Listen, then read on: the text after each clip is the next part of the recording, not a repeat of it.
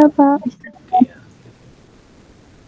Oke, selanjutnya mohon izin untuk share screen ya.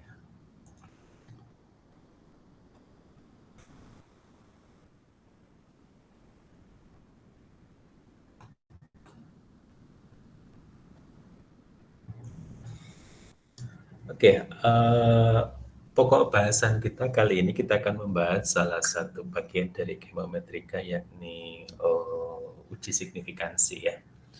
Untuk memperjelas terkait urutannya atau mind mappingnya, kemarin sudah kita jelaskan. Pada prinsipnya statistika itu kita bagi menjadi dua, yakni statistika deskriptif dan statistika inferensial. Nah, pada pertemuan yang awal kita sudah berdiskusi terkait dengan statistika deskriptif, yang mana ini adalah jenis statistika yang hanya meringkas dan menyajikan data tanpa membuat generalisasi atau penarikan kesimpulan dari sebuah data kepada data induknya.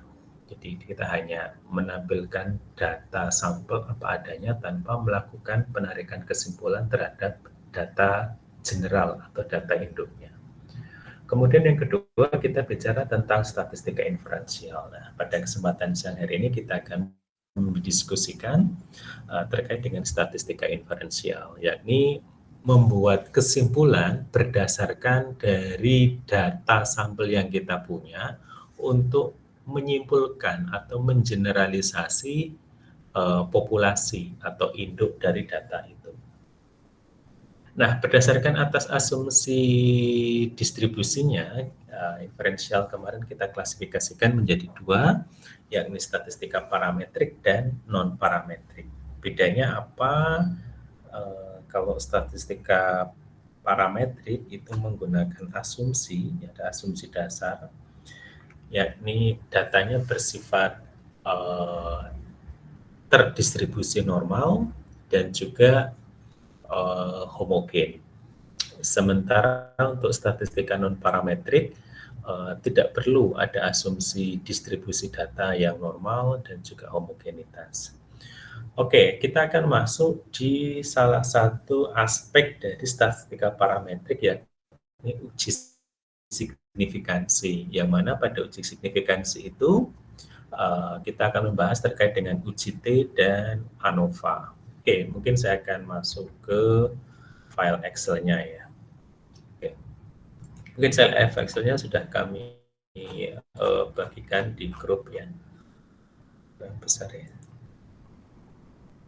Oke, saya ambilkan dari Excel-nya saja supaya lebih mudah. Nah, secara garis besar, statistika yang parametrik tadi yang mengasumsikan bahwa setiap sampel yang kita punya, induknya itu memiliki distribusi data yang normal atau membentuk genta. Dan juga sampel-sampelnya homogen, sehingga sampel yang kita ambil mewakili representasi dari populasi. Ada tiga, di sini ada tiga sebenarnya ada banyak ya, ada banyak ragam uji parametrik.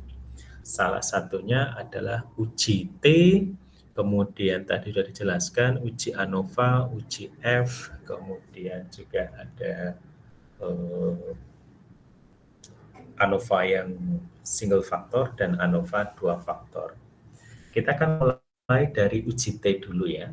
Uji T itu kalau di ini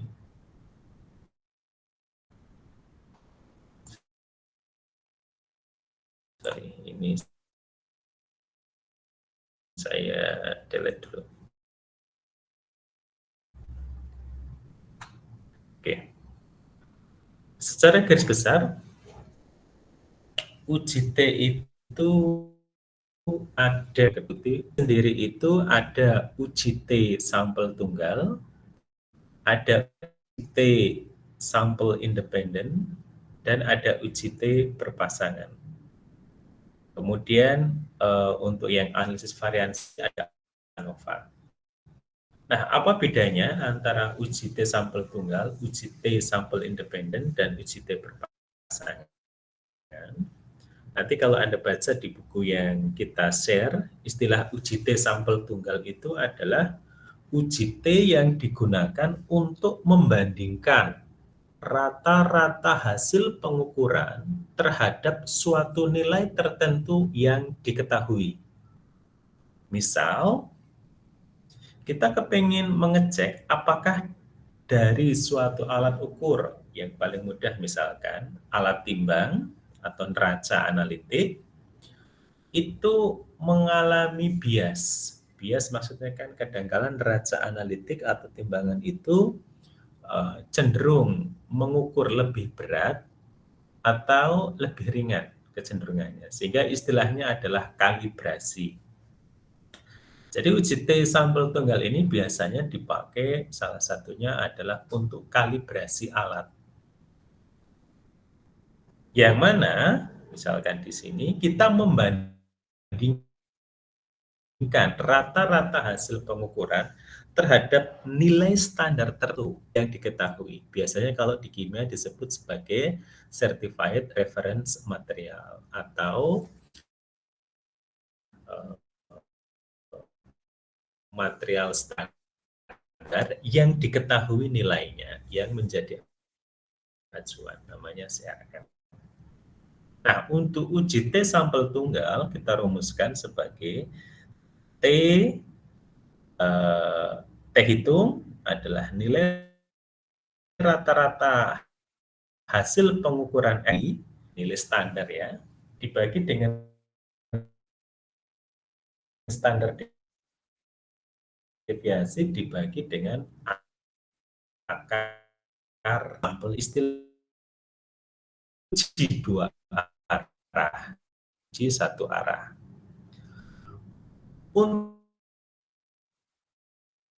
Untuk uji dua arah, kita menyusun hipotesis bahwa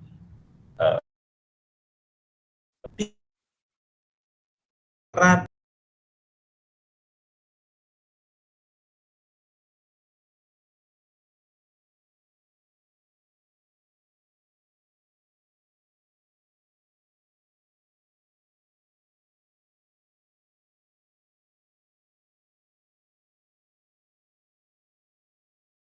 tidak sama dengan kalau yang satu arah bisa jadi lebih kecil atau bisa jadi lebih besar. Jadi kalau uji satu arah hipotesisnya adalah H0-nya ya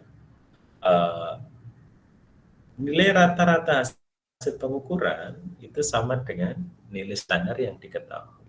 Anti hipotesisnya atau H1-nya adalah boleh jadi Anda ngecek apakah nilai rata-rata hasil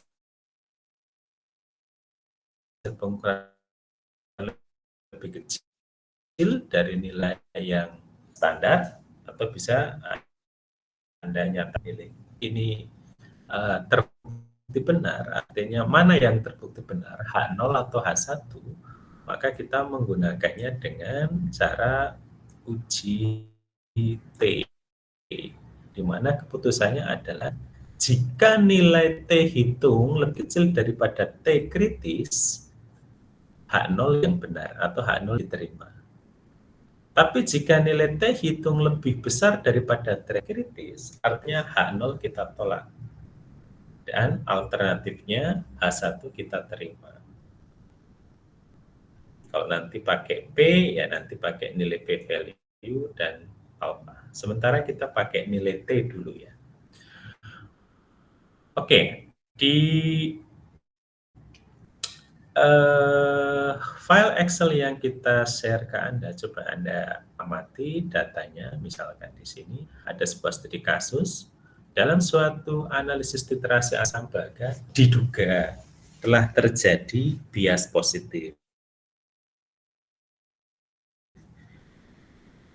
Bias positif volume yang diperlukan untuk mencapai keadaan ekivalen itu sepertinya selalu lebih besar daripada yang seharusnya. di mana dilakukan dengan menggunakan 0,1 molar larutan asam monoprotik untuk menitrasi 25 ml larutan basa yang diketahui konsentrasinya 0,1. Dari kasus ini dapat kita ambil konteksnya bahwa ada suatu asam monoprotik, tanda kutip ini adalah hasil pengukuran eksperimen, 0,1 molar, untuk menitrasi larutan standar basa yang diketahui 0,1 molar. Nah, kita dapatkan volumenya ternyata datanya seperti ini, 25,6, 25,18, kadang 2,87, 25,51, 25, dan seterusnya.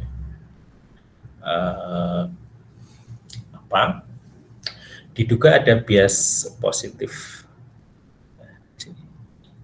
Yang dimaksud dengan bias positif maksudnya adalah nilainya lebih besar daripada nilai yang seharusnya. Pak, ini 24 kan berarti lebih kecil daripada 25. Ya, enggak masalah gitu. Tapi yang namanya hipotesis kan boleh saja saya mengatakan bahwa diduga sepertinya volume yang diperlukan itu selalu lebih besar daripada volume yang seharusnya. Ya, Anda masih ingat kan kalau ini asam monoprotik dengan basa monoprotik kan harusnya ekivalen. Konsentrasinya sama ya, misalkan 0,1 molar dan 0,1 molar basa. Harusnya sama-sama 25 mili misalkan. Tapi di sini selalu lebih besar. Lebih kecil hanya 1. Kemudian sebagai terjadi bias positif. Maksudnya adalah hasil pengukuran selalu lebih besar dari yang seharusnya. Maka perlu dilakukan kalibrasi. Nah, ini adalah proses kalibrasi. Dari kalibrasi diperoleh data seperti ini. Pertanyaannya adalah, apakah benar telah terjadi bias positif? Gitu. Maka untuk mengecek ini Anda bisa menggunakan uji T sampel tunggal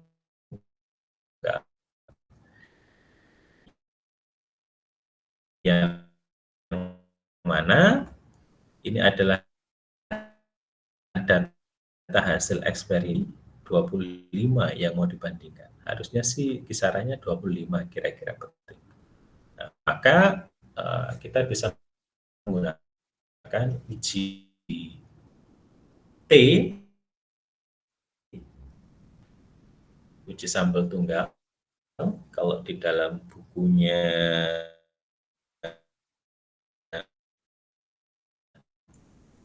yang kita share di sini,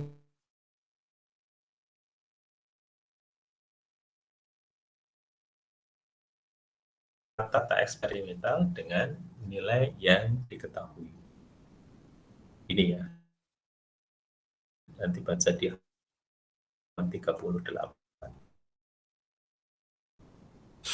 Contohnya tidak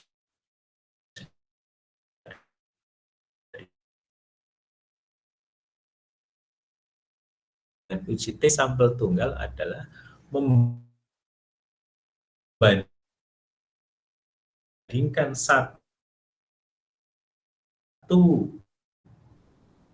kelompok data dengan nilai tertentu yang diketahui. Nah, Pak Karmanto, maaf Pak untuk suaranya putus. menduga dengan melibatkan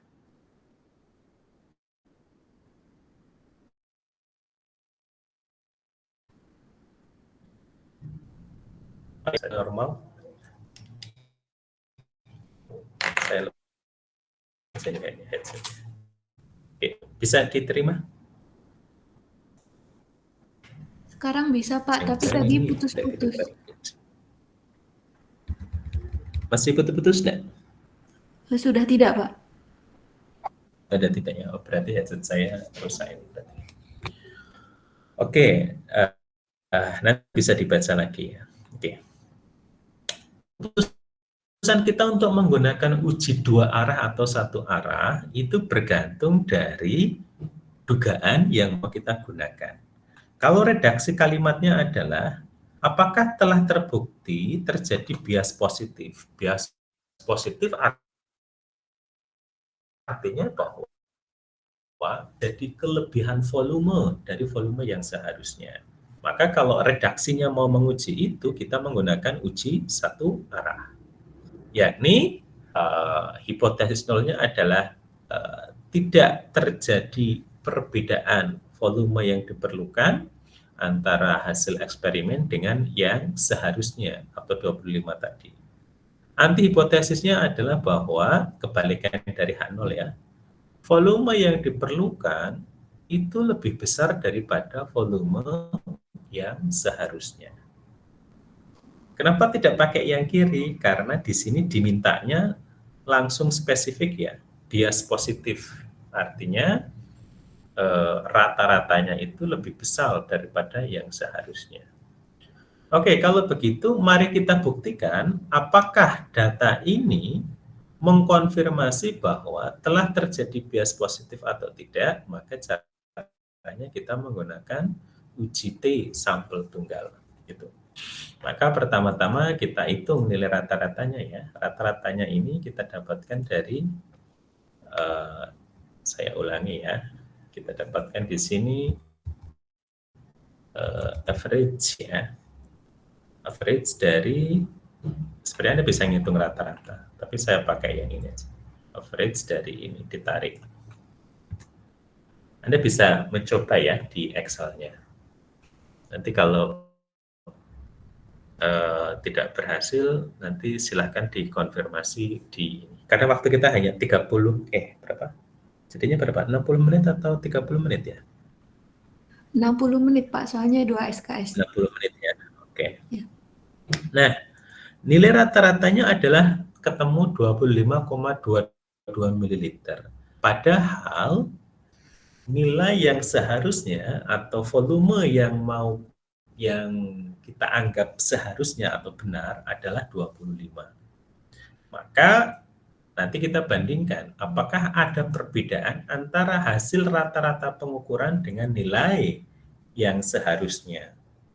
Kita hitung dulu standar deviasinya. Standar deviasi itu, maaf, Anda buka Excel ya, nanti sambil ini supaya tahu. STDev, Anda pilih yang STDev S. Kenapa pilih S? Karena S itu menunjukkan untuk sampel, kalau yang P itu populasi. Jadi kita klik STDev S ini, kita tarik ininya, datanya. Dari sini sampai sini. Standar deviasinya ketemu 0,238279. Ya. Anda praktekkan juga ya. Oke, nanti di ininya bisa.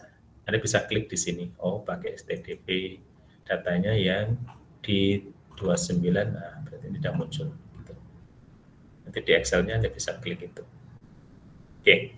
Karena kita mau menggunakan rumus ini, selanjutnya kita perlukan adalah berapa jumlah sampelnya, jumlah datanya. Jumlah datanya di sini ada berapa ini? 1, 2, 3, 4, 5, 6. Berarti N-nya ada 6. Oke.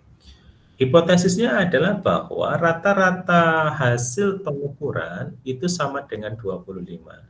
Anti hipotesisnya adalah hasil pengukuran lebih besar daripada 25. Nah, untuk menguji atau menarik kesimpulan, sekarang kita harus menghitung T-hitung.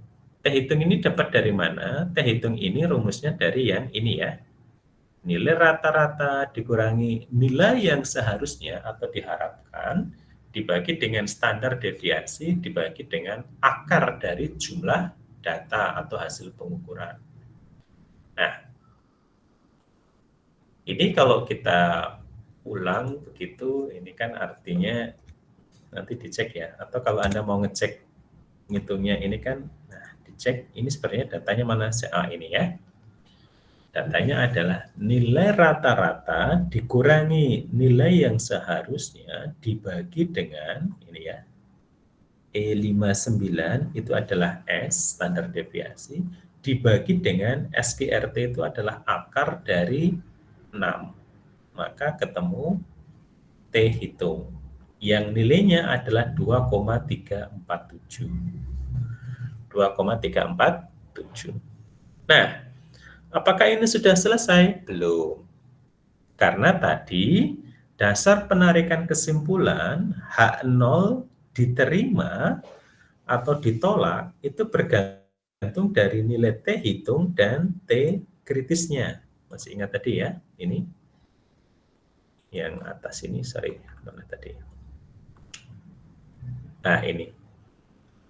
Keputusannya kita ambil H0 diterima jika T hitung lebih kecil daripada T kritis, sebaliknya H0 ditolak jika T hitung lebih besar daripada T kritis. Maka pekerjaan kita selanjutnya adalah menentukan berapa nilai T hitung, sudah ketemu, T kritisnya kita hitung. Oke. Nah, bagaimana untuk menghitung T kritis?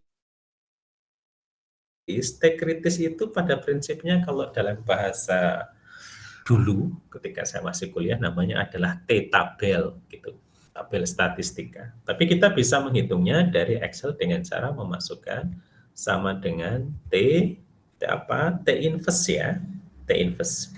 Di sini ada T inverse yang biasa dan ada T inverse 2T. Kita mau pakai yang mana? Karena di sini hipotesisnya adalah uji satu arah, maka kita pakai yang tidak dibagi dua. Bukan yang bawah ini, tapi pakai yang atas ini ya. Yang ini. Kenapa? Karena tadi hipotesisnya adalah volumenya lebih besar daripada nilai 25. Maka kita masukkan. Oke, probability-nya berapa? Biasanya untuk eksak kita menggunakan nilai probabilitasnya, nilai alfanya itu 5%. Maksudnya 5% adalah kemungkinan kita melakukan kesalahan itu toleransinya 5%. Kemudian degree of freedom di sini adalah derajat kebebasan yang nilainya adalah N-1. N-1 itu 6 dikurangi 1 berarti 5. Gitu ya. Oke, nanti kita cek di sini. Anda bisa ngecek juga di sini. Nah, ini. Dapat 5 dari mana, Pak? Ini adalah ini ya. Jadi rumusnya adalah tadi T inverse yang mana probabilitanya adalah 5% dan juga derajat kebebasannya adalah 6 min 1. Saya tuliskan di atasnya. Sehingga kita dapatkan ini. Ini dapatkan 5 dari mana? 5 adalah N-nya 6 dikurangi 1 jadinya 5.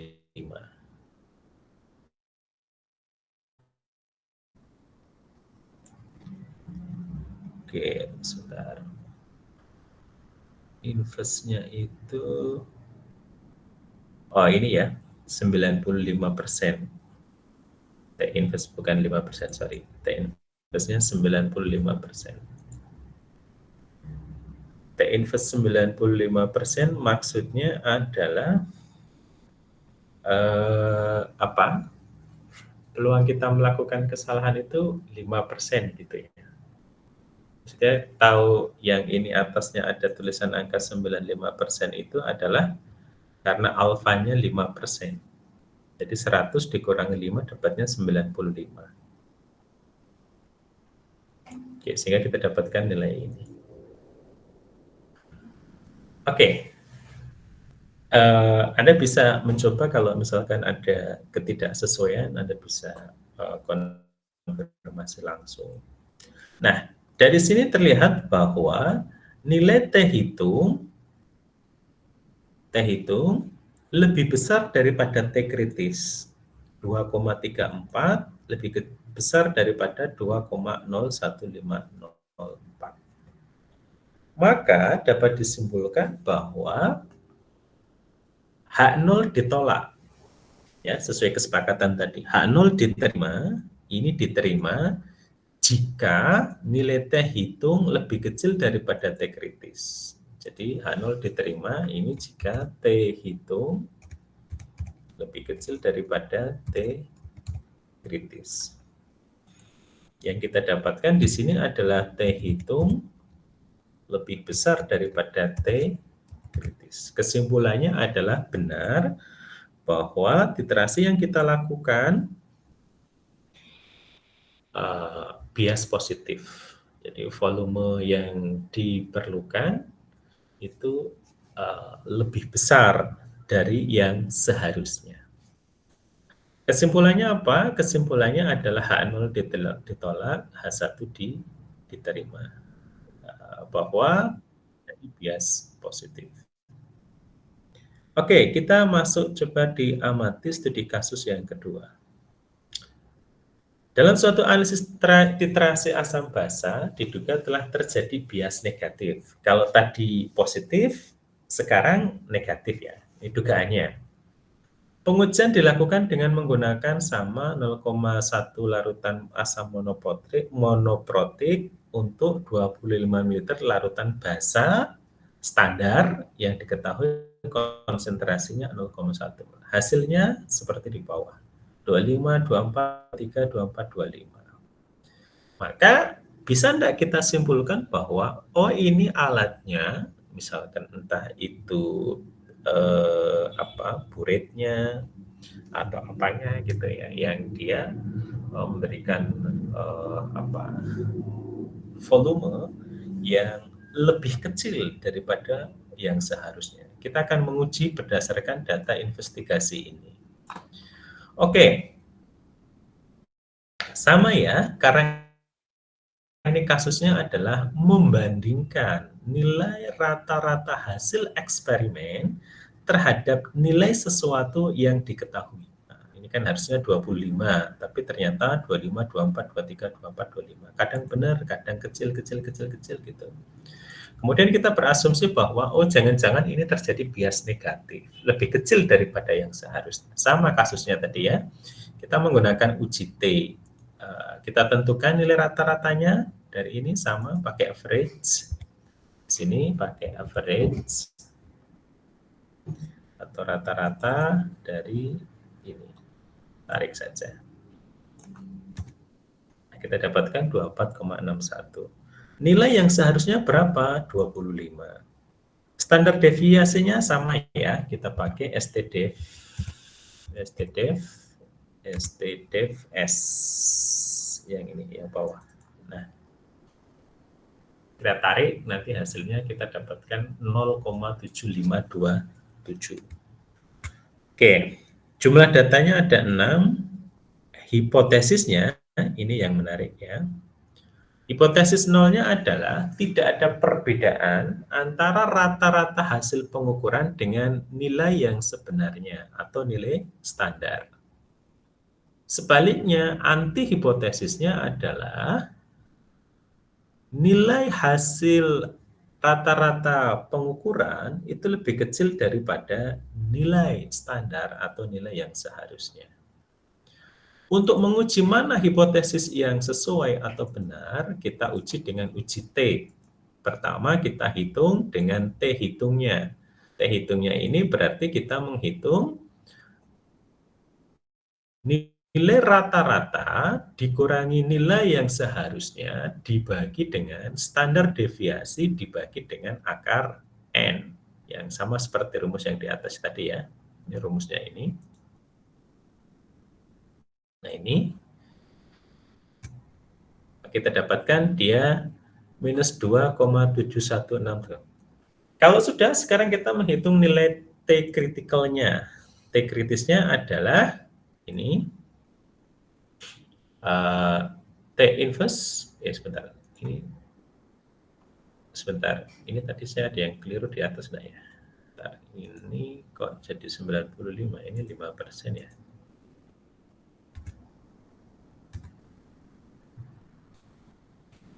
Sorry ya, ini bukan 95 tadi, ini 5%. Maaf. 5% dari mana? 5% itu adalah nilai alfa ya. Nilai alfa itu maksudnya adalah peluang kita melakukan kesalahan. Probabilitasnya 5%. Nah, oke. Loh Pak, ini negatif enggak masalah ya. Karena yang dipakai itu nilai mutlaknya. Nanti ini juga sama ya. Nanti ini juga sama. Pak, ini teh hitung minus 2,7 kan harusnya lebih kecil daripada minus 2,01. Kalau dihitung minusnya ya. Tapi di sini yang digunakan dalam uji ini adalah nilai mutlaknya. Nilai mutlaknya itu maksudnya adalah kayak begini.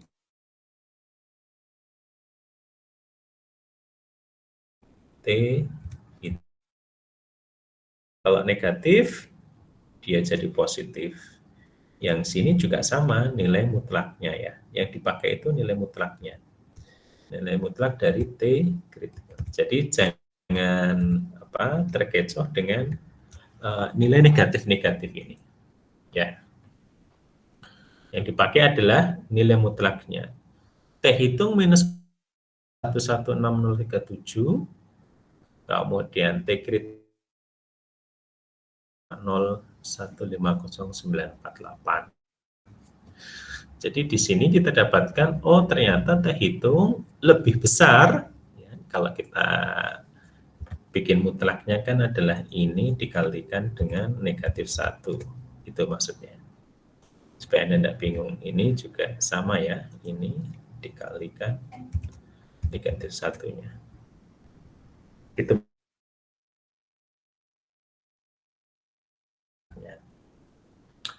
dari kesimpulan ini dapat kita simpulkan bahwa oh ternyata T hitung lebih kecil daripada T kritis atau T tabel. Kesimpulannya apa?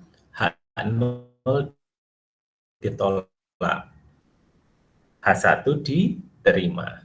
Yang ini ya, bahwa rata-rata hasil pengukuran itu lebih kecil daripada nilai yang seharusnya. Dengan kata lain, dapat kita simpulkan bahwa telah terjadi bias negatif di dalam pengukuran asam monoprotik tadi. Oke, sampai di sini ada pertanyaan? Tidak, kita lanjut ke studi kasus yang ketiga. Bedanya apa studi kasus yang ketiga dengan yang 1 dan 2? Kalau di sini kita perhatikan ya, kasusnya adalah suatu prosedur uji validasi untuk parameter akurasi digunakan bahan acuan standar atau CRM, Certified Reference Material, bernama selenourea 50 nanogram per mililiter.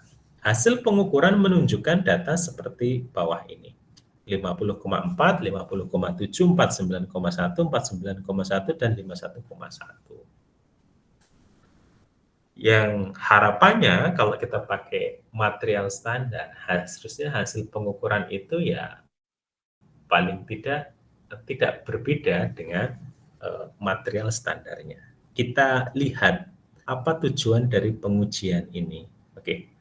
Pertanyaannya adalah, apakah ada perbedaan antara hasil pengukuran dengan nilai standar selenourea? Ininya ya, ini. Kalau pada studi kasus 1 dan 2, secara eksplisit kita mengatakan hasilnya lebih kecil, hasilnya lebih besar. Berbeda dengan hasil yang ketiga, dugaan kita tidak mempermasalahkan apakah dia mau besar, lebih besar, atau lebih kecil dari yang seharusnya. Yang kita uji adalah apakah berbeda atau tidak. Masalah bedanya kecil atau besar itu tidak masalah. Sehingga dalam pengujian seperti ini kita menggunakan uji dua arah. Jadi perhatikan ini ya, ini tidak pakai tanda lebih besar atau lebih kecil. Kita tidak pakai tanda ini ataupun tanda ini.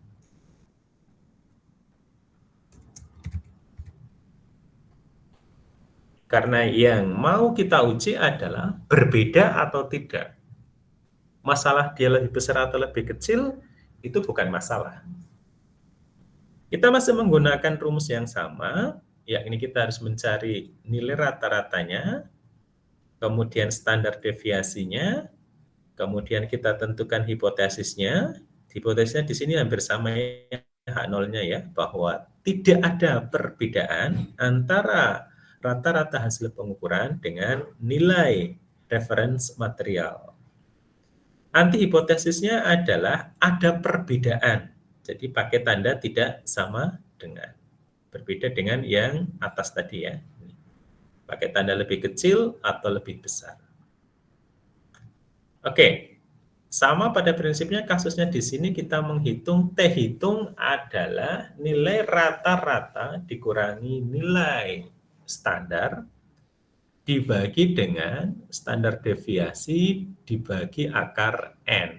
N-nya itu 5 ya di sini. Kalau tadi di atas kan 6. Maka kita dapatkan T hitungnya adalah 1,4.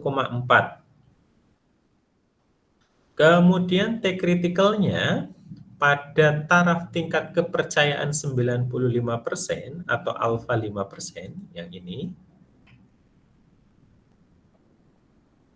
Derajat kebebasannya adalah 4, dapat dari mana?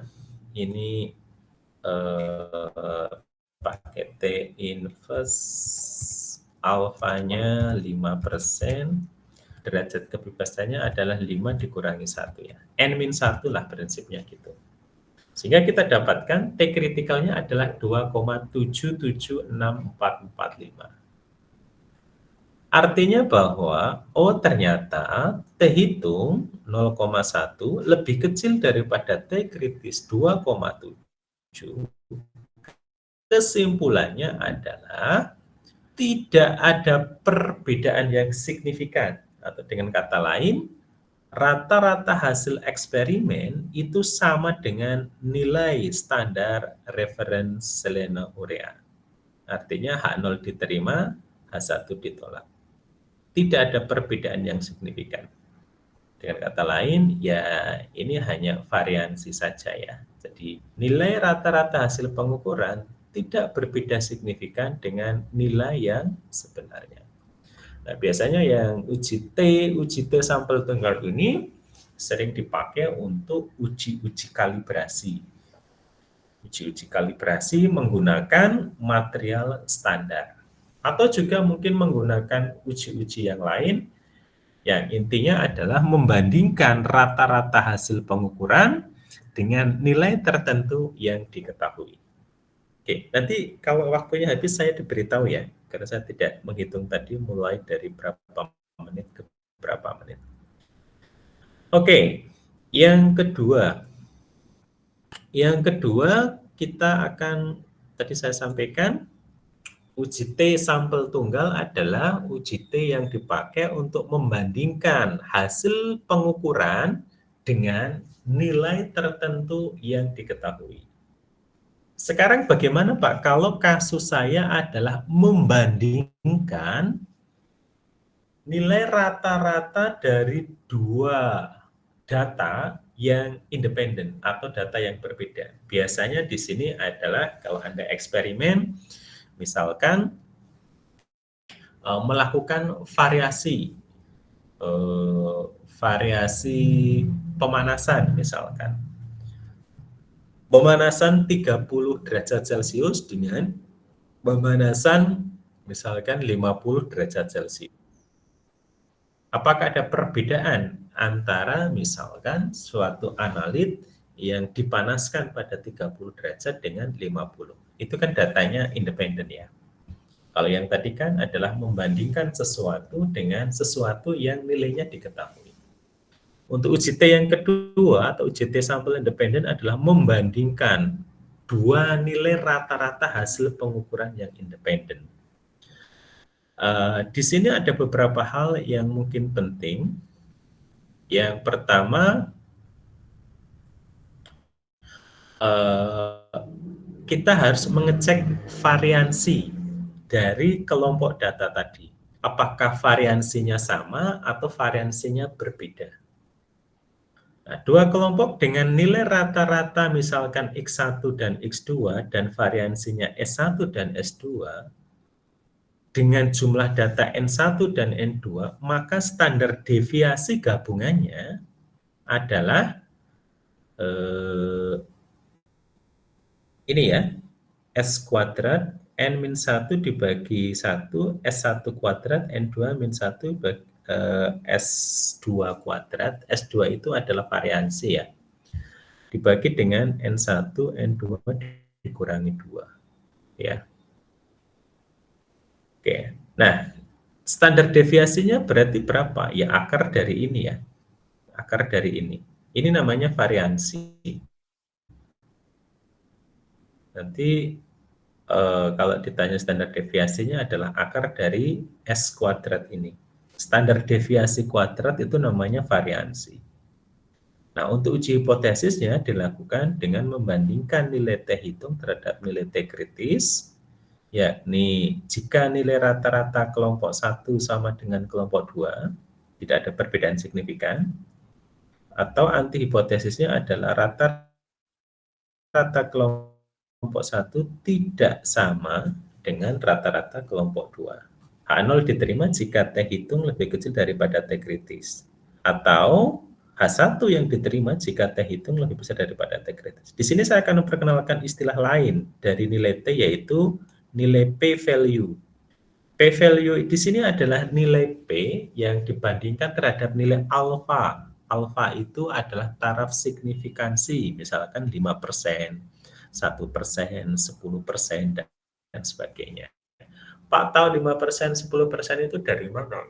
Dari uji signifikansi dengan uji probabilitas. Misalkan Anda mau mentoleransi kesalahannya hanya 1%. Nanti nilai p-value-nya berbeda. 5% berbeda. 10% berbeda. Semakin besar toleransi, tingkat kesalahannya semakin besar. Kira-kira begitu maksudnya. Oke, next. Bagaimana kita mengujinya? Ujinya kita menggunakan hampir sama seperti uji T sampel tunggal ya.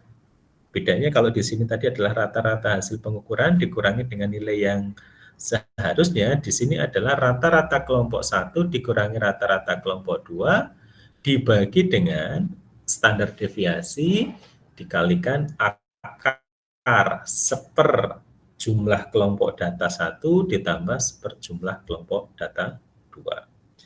Nah, ini perlu diperhatikan juga bahwa nilai T pada rumus di atas ini dihitung dengan derajat kebebasan N plus 1, N1, N2 dikurangi 2. Ini karena ada 2 ya.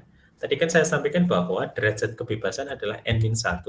Tapi sekarang N-nya itu ada 2, yakni N1 dan N2. Maka kalau dia digabung kan berarti N1 ditambah N2, N1 dikurangi 1 gitu kan maksudnya, ditambah dengan N2 dikurangi 1 gitu maksudnya. Sehingga di sini jadinya total derajat kebebasannya adalah N1 ditambah N2 dikurangi 2. Nah, maka kemudian nilai T kritisnya nanti kita gunakan sebagai Tn1N2 dikurangi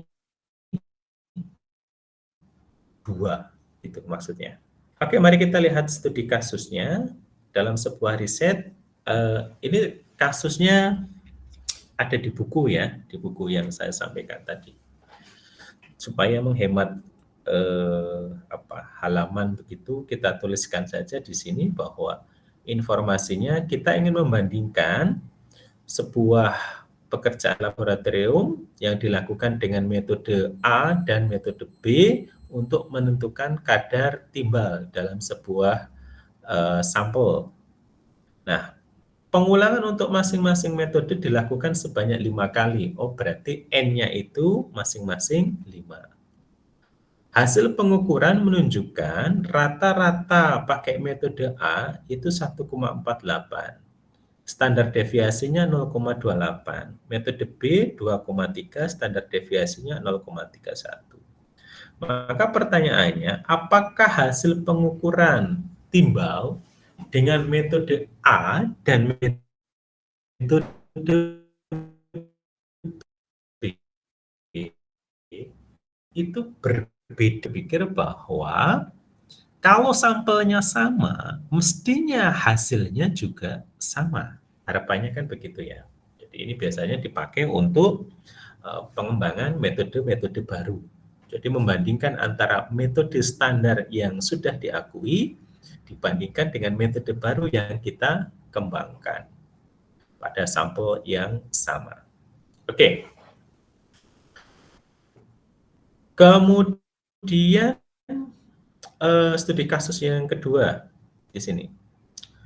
Seorang penyelia penjaminan mutu ingin memastikan apakah ada perbedaan signifikan antara kadar tetrasilin dengan metode spektrofotometri dengan metode kromatografi dari data yang diperoleh seperti ini. Pertanyaannya adalah tentukan apakah ada perbedaan. Nah, kalau pertanyaan seperti ini, ingat ya, karena ini tidak tidak tendensius lebih besar atau lebih kecil, maka berarti ini yang diinginkan adalah uji dua arah atau tanda hipotesisnya adalah tidak sama dengan. Oke. Ini contoh-contoh untuk ini tadi ya, saya sampaikan di awal untuk uji T sampel independen dengan varian asumsi variansi yang sama. Gimana atau asumsi variansi yang sama atau tidak? Nanti pakai uji F, begitu kira-kira. Jadi di sini maksudnya apa? Maksudnya adalah ringkasannya ya, ringkasan secara garis besar supaya Anda punya point of view-nya adalah ya minimal datanya sama lah gitu antara kelompok satu dengan kelompok yang dua, sehingga asumsi kita adalah variansi atau perbedaan antar data ini antara kelompok satu dan kelompok dua itu tidak berbeda signifikan. Ininya ya, datanya ya, pakai asumsi. Asumsi variansinya sama itu gampangannya, oh ini jumlah datanya sama. Pak, boleh enggak kalau kita membandingkan yang kelompok satu datanya ada berapa ini? 1, 2, 3, 6, yang ini datanya cuma 5 misalkan. Berarti kan ini 6, ini 5. Nah ini biasanya variansinya itu berbeda biasanya ya. Sehingga kita mengenal ada uji T sampel independen dengan asumsi variansi berbeda. Nanti rumusnya juga akan berubah. Kalau tadi di sini S dikalikan 1/N1 ditambah 1/N2, sekarang variansi masing-masing masuk ke dalam rumusan T, yakni X1 rata-rata ya, rata-rata kelompok 1, rata-rata kelompok 2 dibagi dengan akar variansi dari kelompok 1 dibagi jumlah datanya ditambah dengan variansi kelompok 2 dibagi dengan jumlah datanya.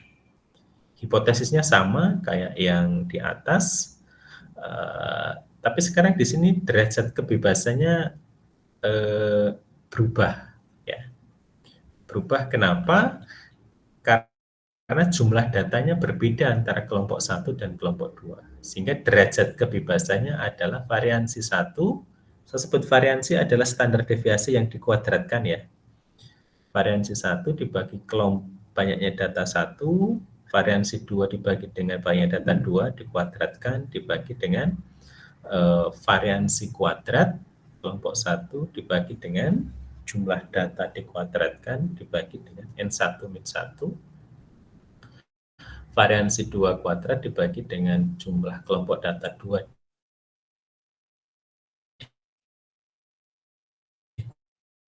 dikuadratkan dibagi dengan N2 min 1. Ini Anda bisa lihat, misalkan di sini ada studi kasus, suatu riset ingin membandingkan kadar tiol. Tiol itu gugus SH ya, sulfur hidroksi. Kadar tiol dalam sampel darah dua kelompok relawan, yakni relawan dari yang kelompok A, orang normal, dan relawan kelompok B yang menderita penyakit rheumatoid arthritis atau pengapuran tulang. Hasil menunjukkan bahwa untuk kelompok normal, kadar tiolnya ini, yang rematik, kadar tiolnya ini. Pak, kenapa ini tidak disamakan? Karena untuk mencari relawan itu tidak mudah ya.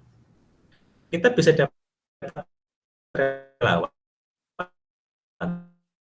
tapi ternyata dia bukan penderita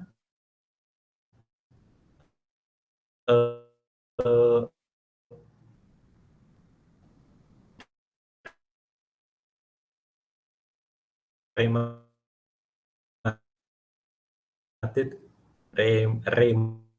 dia banyak. Ini dibandingkan, bisa ya. Jadi bisa dibandingkan. Meskipun jumlahnya di sini tidak seimbang. Maka di sini kita menggunakan uji T dengan asumsi variansinya berbeda. Kira-kira begitu. Nah, bagaimana tadi menguji variansinya, Pak? Ya, kita cek ininya ya, pakai uji F. Ya.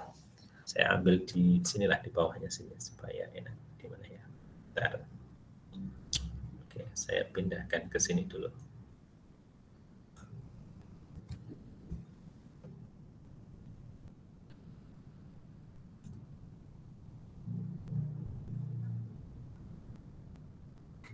Oke, di sini. Ini yang rematik normal, ini yang rematik. Kita kepengen ngecek apakah variansinya sama atau beda, ini hanya ngecek aja ya. Saya lupa ya. Apakah coba dicek di Excel Anda, apakah muncul yang ini, data analisis.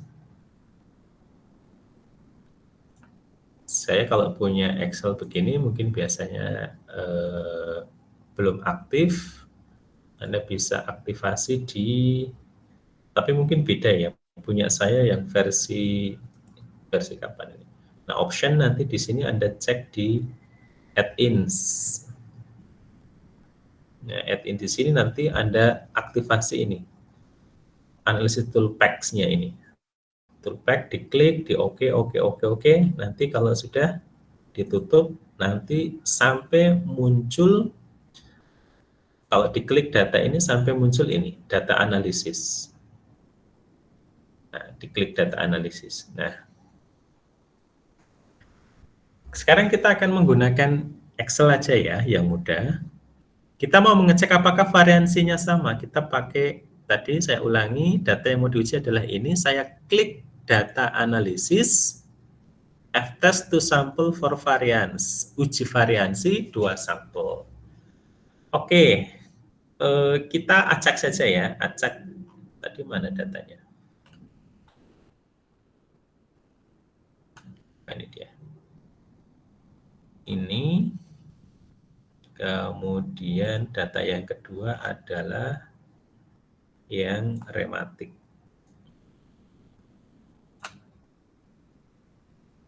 Oke, jangan lupa karena tadi di sini ada namanya, maka saya klik label yang kalau saya klik nanti bagian atas ini akan mengkonfirmasi bahwa bagian atas ini bukan data tetapi identitas. Kemudian alfanya 0,05. Saya klik out ring-nya atau keluarannya, output-nya saya taruh di sebelahnya sini aja. Oke. Nah, maka muncul di sini. Ini ya variansinya ya, ini muncul. Rata-ratanya muncul ini variansinya 0,057 dan 0,231. Ya, relatif jauh ya. Maka di sini akan kita lihat apa ini? Apakah variansi kelompok 1 dan kelompok 2 berbeda? Kira-kira gitu ya. Kita ambil ini dulu nih.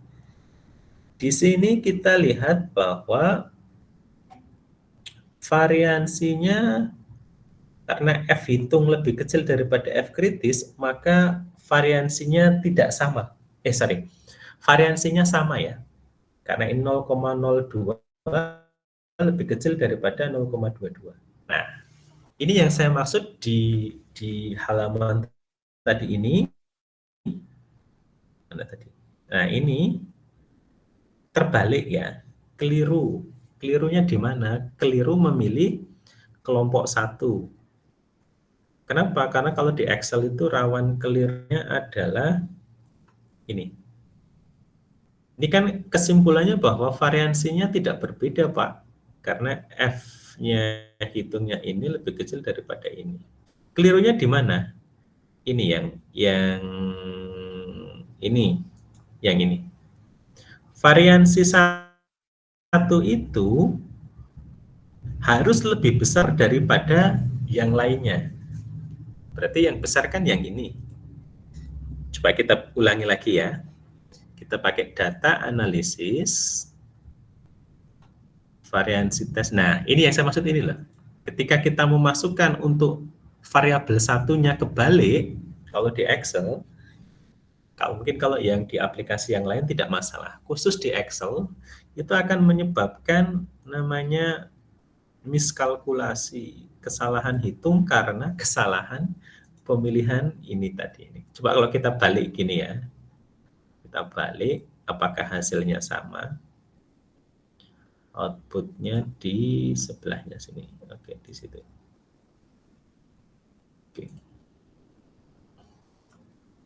Oke ya. Nah, ini. F kritisnya lebih kecil daripada F hitung. Artinya bahwa variansinya itu berbeda signifikan. Antara ini dengan ini variansinya berbeda. Gitu maksudnya ya. Nah, ini kadang-kadang kalau di Excel itu kalau salah milih hasilnya kebalik. Jadi yang bagian ini terbalik, yang saya tuliskan di tempat Anda ini terbalik. Kenapa? Karena ketika Anda memilih variabel 1 itu adalah variabel yang variansinya lebih kecil daripada kelompok yang lain. Padahal harusnya yang masuk ke variabel 1 adalah yang dia lebih besar gitu. Itu ya. Untuk ngecek variansi, ini baru variansinya. Baru ngecek variansi. Tadi kan kita bilang bahwa uji T untuk sampel independen membandingkan dua kelompok yang berbeda, itu harus melihat atau mengasumsikan variansinya sama atau berbeda. Kalau kita paling mudah ya lihat aja datanya sama atau berbeda.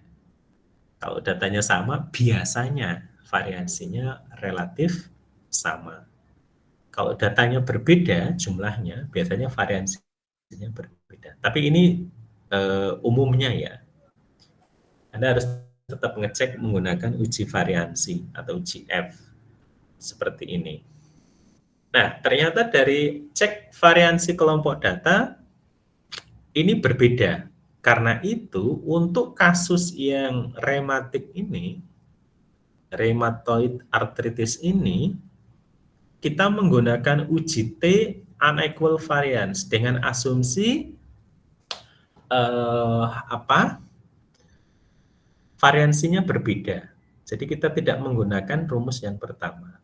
Nah, sebenarnya bisa dihitung secara manual seperti yang disampaikan di atas tadi, tapi sebenarnya sudah disiapkan ya, sudah disediakan di sini. Anda tinggal klik data analisis, kemudian dicari ke bawah ini ya. Ini ada yang uji T sampel berpasangan, uji T sampel dengan mengasumsikan variansinya sama. Yang ketiga ini yang kita pakai, yakni uji T dua sampel dengan asumsi variansinya berbeda. Kita pilih yang ini, uji T yang terakhir. Nah, di sini maksud saya tuh. Tadi sudah kelihatan ya bahwa variansi yang masuk ke variabel 1 itu adalah yang rematik ya. Yang ini saya harus benarkan. Nah, yang ini supaya tidak kebalik. Supaya nanti kesimpulannya, keputusannya tidak keliru. Kalau kebalik milih ini, nah ini salah satu kelemahan di Excel sih. Kalau di SPSS mungkin tidak ya. Oke, di sini ada tulisan hypothesized mean difference. Artinya bahwa kalau saya tuliskan 0 di sini adalah tidak ada perbedaan rata-rata antara kelompok 1 dan kelompok 2. Ini maksudnya kenapa saya tulis 0. 0 itu artinya kalau mu1 dikurangi mu2 nilainya sama kan berarti 0. Alfanya 5% atau 0,05. Outputnya ini kita taruh di bawahnya sini ya. Sinilah. Ya di situ. Oke. Nah, keluar hasilnya. Ya, ini kurang besar enggak? Bisa Anda baca enggak ya? Maaf, saya lupa ya. Ini karena Bisa, saya Pak. laptop Bisa, Pak. sendiri. Oke ya, terima kasih. Nah, ini ya. Kita cek di sininya dulu supaya tidak keliru. Nanti kalau Anda keliru ngecek ininya dulu ya. Oh, rematik udah di pertama ini oh benar. Ini lebih besar daripada ini. Oh, berarti sudah benar dalam pemilihan variabelnya. Derajat kebebasannya enggak usah dihitung tadi ya. Kan kalau ini berbeda, maksudnya ini nih. Kalau di Excel, kan tadi saya bilang yang ini yang maksud saya. Nah ini, derajat kebebasannya menghitung pakai begini. Ini kalau dihitung manual. Tapi di Excel sudah dihitungkan secara otomatis outputnya derajat kebebasannya 4. Ini singkatan dari degree of freedom 4. Ini yang dimaksud dengan T hitung. Ini adalah T hitung. T hitungnya ya saya tuliskan di sini. T hitung adalah ini. Kemudian T kritisnya, T kritikalnya itu, nah di sini Anda bisa melihat, sebentar, T kritikalnya saya pakai yang bawah ini ya. Oke. Pak, kenapa dipilih yang bawah gitu ya? Nih saya tarik dulu ini supaya kelihatan. Nah ini adalah T hitung. T hitung. Ini adalah nilai P value untuk uji satu arah. Ini T kritis untuk uji satu arah. Yang satu arah itu tadi maksudnya apa? Yang mau kita uji T-nya tadi mu1 sama dengan hipotesisnya. Misalkan ini M1. Kalau yang satu arah itu kan pakai tanda lebih besar atau lebih kecil ya. Daripada kelompok 2. Nah, karena di sini tadi yang mau kita uji adalah apakah ada perbedaan ya. Apa bedanya sih antara uji satu arah dengan dua arah? Uji dua arah itu biasanya kita tidak punya informasi yang pasti tentang apa yang mau kita uji. Contoh misalkan, Anda menduga bahwa salah satu indikator seseorang itu menderita penyakit rheumatoid arthritis adalah adanya kandungan senyawa tiol di dalam darahnya. Ada. Tapi apakah itu lebih besar atau lebih kecil daripada yang seharusnya, kita tidak tahu.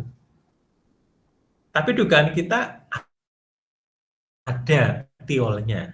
Apakah orang normal tidak punya kandungan tiol? Ada. Terus pertanyaannya, apakah orang rematik itu kadar tiolnya lebih besar atau lebih kecil? Kita tidak tahu. Yang ingin kita curigai pertama adalah apakah ada perbedaannya. Karena itu uji hipotesisnya adalah apakah M1 dan M2 itu ini ya, jadi tandanya adalah gini jadinya. Mana tandanya? Nah, apakah kelompok 1 itu bentar, ini ada, nah, saya kasih. Nah, apakah kelompok 1 itu sama dengan kelompok 2? Gitu ya. Jadi karena kita mengidentifikasi apakah ada perbedaan kadar tiol dari kelompok 1 dan kelompok 2, maka kita menggunakan uji 2 arah. Itu maksudnya. Kita tidak menggunakan uji yang apakah kadar tiol pada orang penderita ini lebih besar daripada orang normal atau sebaliknya. Apakah kadar tiol pada penderita rheumatoid arthritis lebih kecil daripada orang normal? We don't care karena belum ada informasi ke arah situ. Sehingga digunakanlah uji 2 arah. Oke, ya.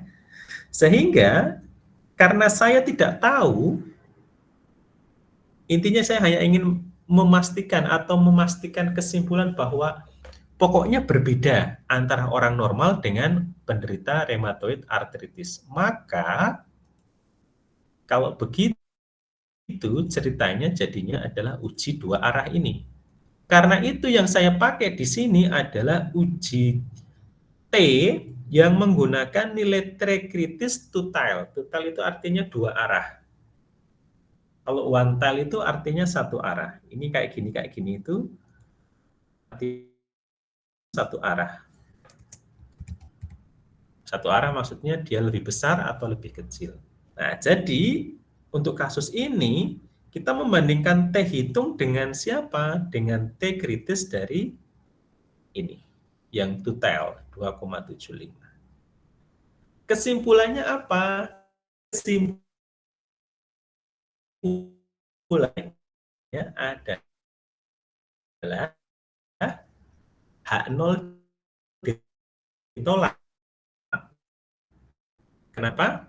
H0 diterima itu kan kalau nilai T hitung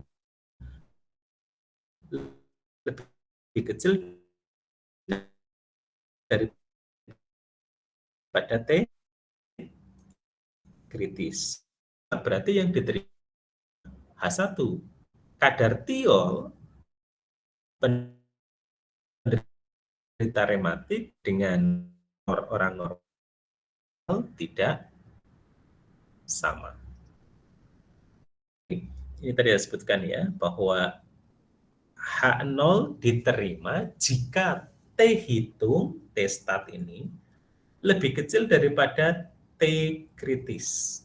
Atau nilai P value lebih kecil daripada alfa yang dipakai, yakni misalkan alfanya 5%, berarti 0,05. Nah, di sini kebetulan ini ya saya pakai kalau pakai nilai P value karena beberapa jurnal seringkali menggunakan nilai P value ya supaya Anda tidak misinterpretasi bahwa untuk mengambil keputusan kita bisa menggunakan nilai T hitung atau nilai P value.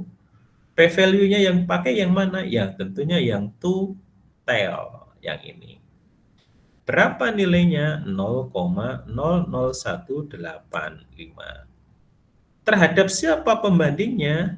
Terhadap nilai alfa atau signifikansinya. Tadi kita pakai berapa ketika kita coba-coba? 5%. Ya. 5% artinya 5 dibagi 100, 0,05. Gitu ya. Nah, kan Anda bisa lihat di sini. Oh, ternyata ketika nilai P value lebih kecil daripada nilai alfa, artinya H0 ditolak. Sebaliknya, jika nilai T hitung lebih besar daripada T critical, H0 ditolak. Jadi ini kesimpulannya sama. Yakni apa? H0 ditolak.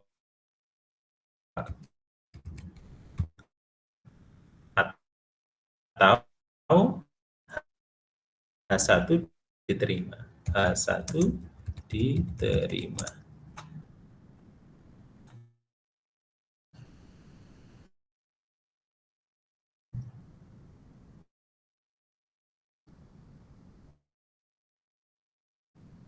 Ada pertanyaan? Oke, sampai di sini ada pertanyaan? Belum ada, Pak.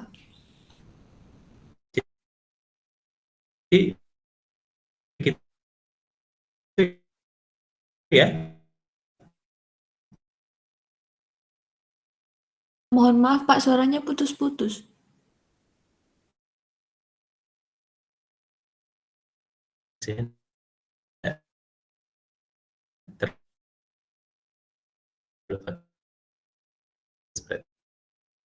Ulangi dari awal. Dari awal kita membahas tentang uji signifikansi. Ragamnya ada macam, tapi yang akan kita bahas di sini ada uji T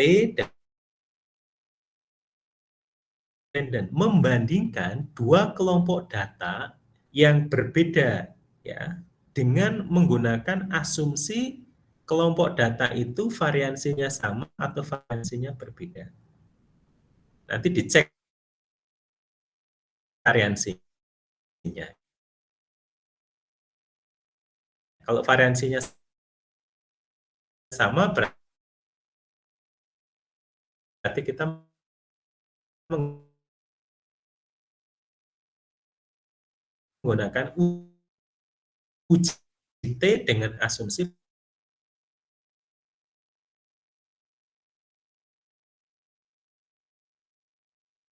ya,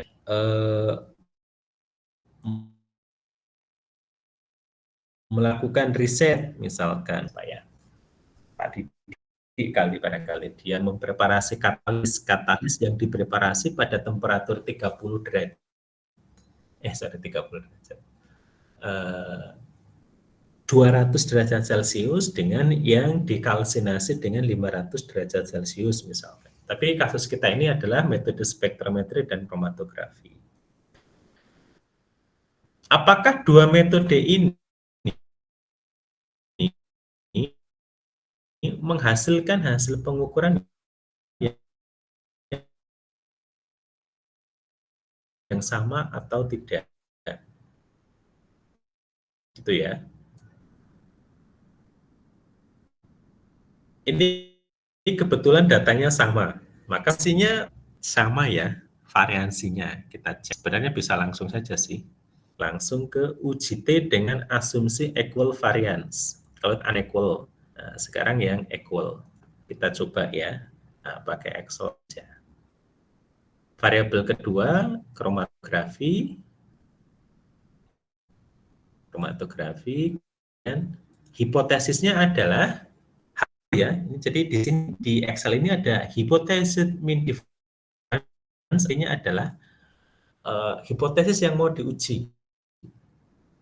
H0-nya adalah tidak ada perbedaan spektrometri dan kromatografi. Sehingga saya tuliskan di sini 0. Maksudnya 0 apa? Rata-rata kalau dia sama 0. Jadi saya tulis 0. Baris pertama adalah label, jadi tidak perlu dihitung. Nah, ini tadi yang saya maksud. P value tadi itu dibandingkan terhadap berapa nilai yang Anda inputkan di sini. Saya tuliskan di sini 5% atau 0,05, berarti nanti pembanding kalau pakai P value adalah nilai I-nya. Ya, saya outputnya saya taruh di sebelahnya sinilah, semoga bisa.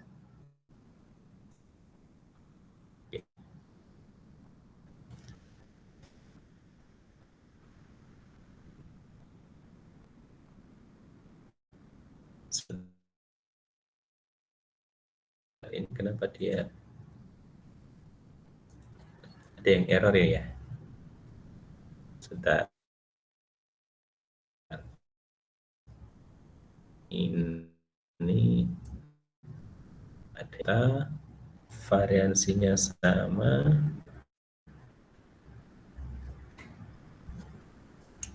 25, 21.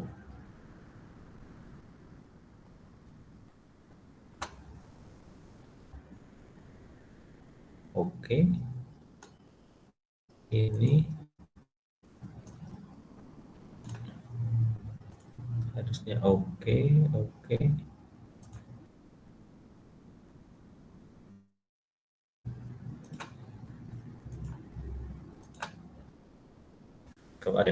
Semoga tidak error. Oh ya, tidak error ya. Oke, di sini terlihat variansinya, Pak, ini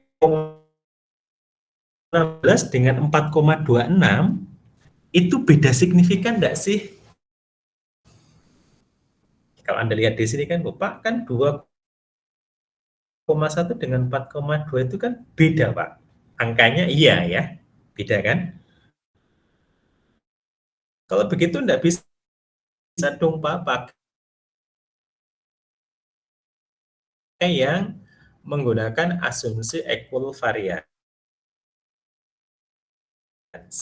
gitu ya. Ini yang kromatografi.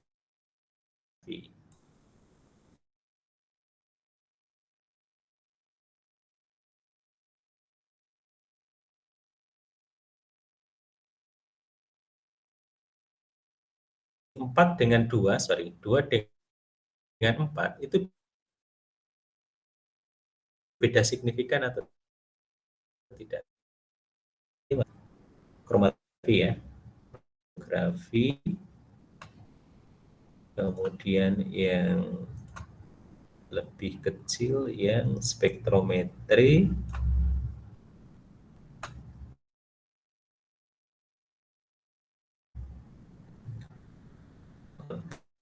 ada di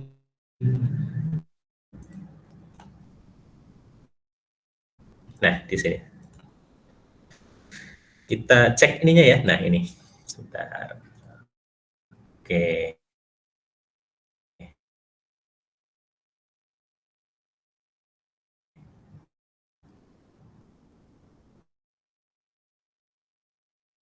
Agak sedikit beda aja warnanya. Nah,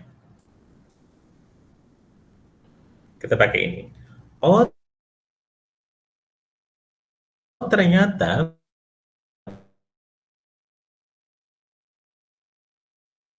spektrometri yang 2 itu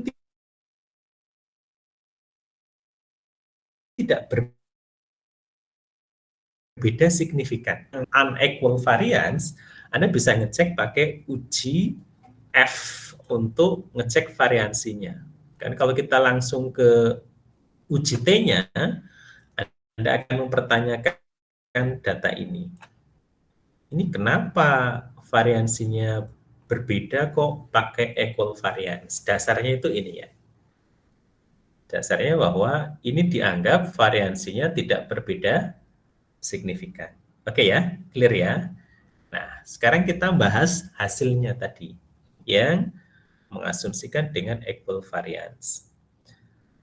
Pada prinsipnya di sini kita punya metode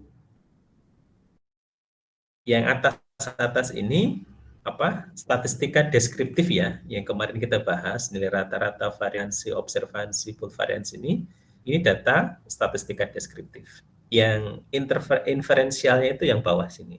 Dari data tersebut kita diketahui bahwa nilai T hitung itu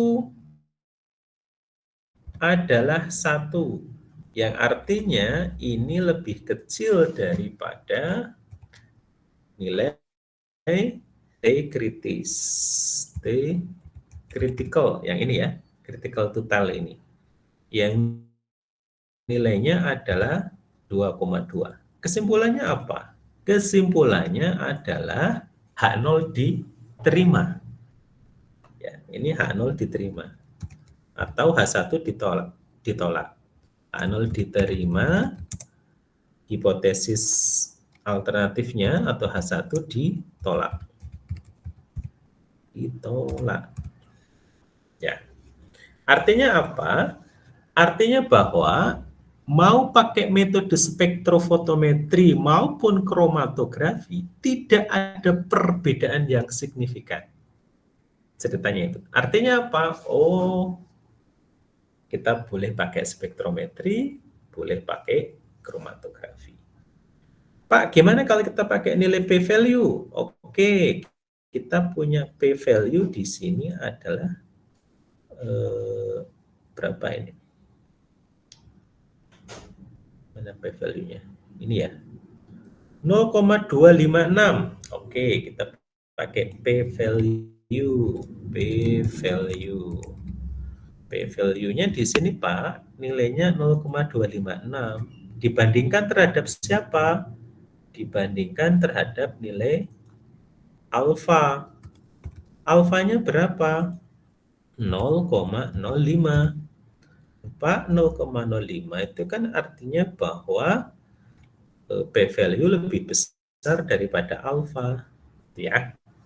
Jadi antara T hitung dengan p-value untuk ininya itu berkebalikan ya.